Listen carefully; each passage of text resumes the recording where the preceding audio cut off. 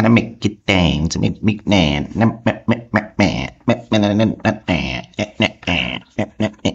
Just lose it, just lose it,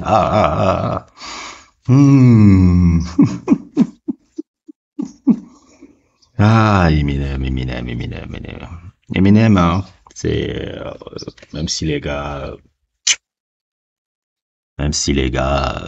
ne sont pas contents, une certaine voix un peu comme Lord Jamar, et j'essaye de je pense que je peux comprendre ce qu'il veut dire.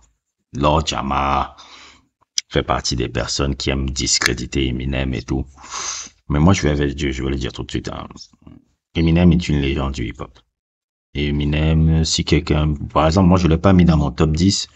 Je sais pas si moi, je le mettrais même dans mon top 20. Mais si quelqu'un dit, ah, Eminem est parmi les 5 plus grands rappeurs de tous les temps, moi, ça me gêne pas. Ça me gêne absolument pas. C'est ce mec-là, c'est comme un peu Elvis avec le rock'n'roll, quoi. Tu ne peux pas ne pas parler d'Elvis. Même si certains ont critiqué que Elvis a été un peu un culture vulture sur plein de choses. Il a raison, hein. Il a raison, hein. Eminem, un peu, je peux dire tout ce qu'on veut. Pour les gens, même ses détracteurs, Eminem a lancé beaucoup de carrières d'artistes hip-hop noirs. 50 Cent, c'est lui, on me dit oui, 50 Cent aurait explosé tôt ou tard, non. Mais c'est quand même Eminem qui lui a ouvert la porte, qui lui a donné en disant que oui, en parlant au Dr. Dre de signer un Interscope ce mec-là avec Jimmy Iovine, que de signer ce gars-là. Et en plus, en lui laissant le total contrôle de G-Unit. Ce qu'il n'était pas obligé de faire. Il a dit, ah, c'est ton label, c'est toi qui l'as construit. Je vais prendre aucun pourcentage là-dedans. C'est pour ça qu'ils sont amis, copains, cochons comme ça depuis des années. On peut dire encore une autre chose sur Eminem. Eminem, combien de groupes hip-hop noirs ont été parrainés par Eminem? D12. Qui est son groupe de base qu'il a amené et autres tout a aussi imposé dans son label. Après D12, Sluggerhouse, cette bande-là de rappeurs, là, Joel Ortiz, Joe Budden, Crooked Eye et, comment il s'appelle encore? Ils étaient 4. Joel Budden, Joel Ortiz, Crooked Eye et, j'oublie le 4e. Comment ça, j'oublie le 4e? Bref, ils étaient 4. Et Ross da 59, voilà. Qu'il a toujours été dans la carrière de ce mec. On peut encore avoir un autre exemple, encore avec, dernièrement avec Griselda. Même si oui, on me dit oui, Griselda avait déjà un buzz en underground. Mais pour que la lumière de Griselda grandisse encore plus, c'est Eminem qui les a amenés dans le label pour qu'ils grandissent plus. On peut dire beaucoup de choses, mais Eminem a quand même beaucoup contribué pour un blanc de Détroit et tout. Eminem a quand même énormément contribué au hip-hop, hein. Soi-disant. Parce que souvent les gens disent, ouais, c'était pas comme Elvis. Elvis ne faisait pas ça. C'était pas totalement comme Elvis. Elvis ne faisait pas ça. Elvis, est-ce que lui et le colonel ont payé Big Mama Thornton et tout? Ils ont utilisé son son en dog. Et elle a vécu dans la pire des gars. Là, il a fallu que Janis Joplin vienne et autres, tout parce que Janis Joplin était fan de Big Mama Thornton pour construire une sépulture pour Big Mama Thornton, quoi. Et Eminem n'a pas trop ce mindset-là. Eminem respecte énormément la culture dans laquelle il est. Et il fait en son mieux au moins ceci de rétribuer cette culture-là. Elvis et le colonel Parker, ils voulaient seulement l'exploiter parce que il y a certains blancs qui voient les noirs avec des talents, ils veulent seulement les exploiter. Ils disent, on doit seulement vous exploiter parce qu'on est bon à ça.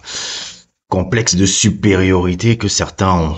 Mais Eminem il est un peu différent. Je dis pas que il faut pas mettre tous les caucasiens à la même truc. Et je suis pas d'accord avec Lord Jamar trop avec ça, parce que j'ai l'impression que Lord Jamar, il y a un peu aussi une petite jalousie par rapport à ça, même si je respecte énormément ce mec-là. Lord Jamar reste quand même une légende du hip-hop aussi. Brand Nubian est un groupe et l'album One Hit for All, c'est un classique et Lord Jamar, s'il parle, je vais l'écouter, même si je vais pas avoir une dissonance cognitive un peu par rapport à ce sujet-là. Par rapport au sujet d'Eminem, mais sa voix compte. Je vais écouter, j'écoute toujours quand même un mec comme ça.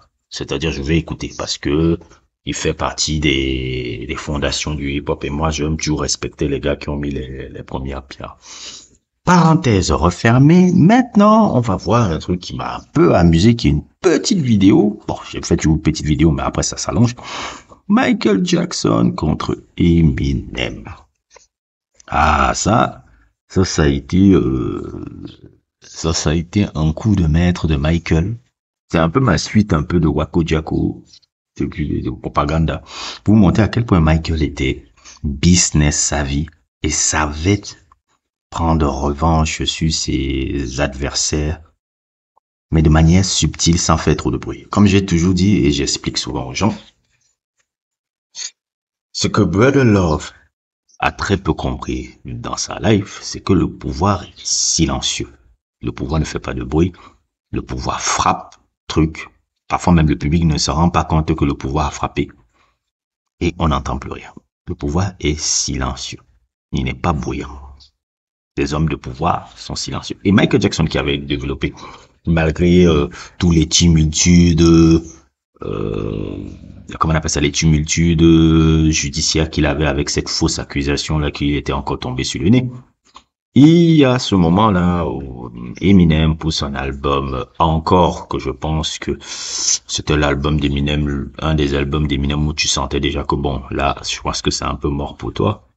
Je pense que après Eminem Show, Eminem sa carrière, voilà quoi. Et quand il a fait ça, quand il a fait cette chanson Just Lose It, Michael Jackson a été très peiné de voir comme Eminem se moquait de lui comme ça tout le temps. Il a été très peiné. Très peiné de voir que le petit blanc là et tout m'envoie des provocations. Et la goutte d'eau qui a fait déborder, c'est le clip de Just Lose It. Ça a été la goutte qui fait déborder le vase. Et le mec s'est dit, ok, tu te moques de moi. Qu'est-ce que je vais faire? Je ne vais pas te répondre dans un son. Je ne vais pas faire des...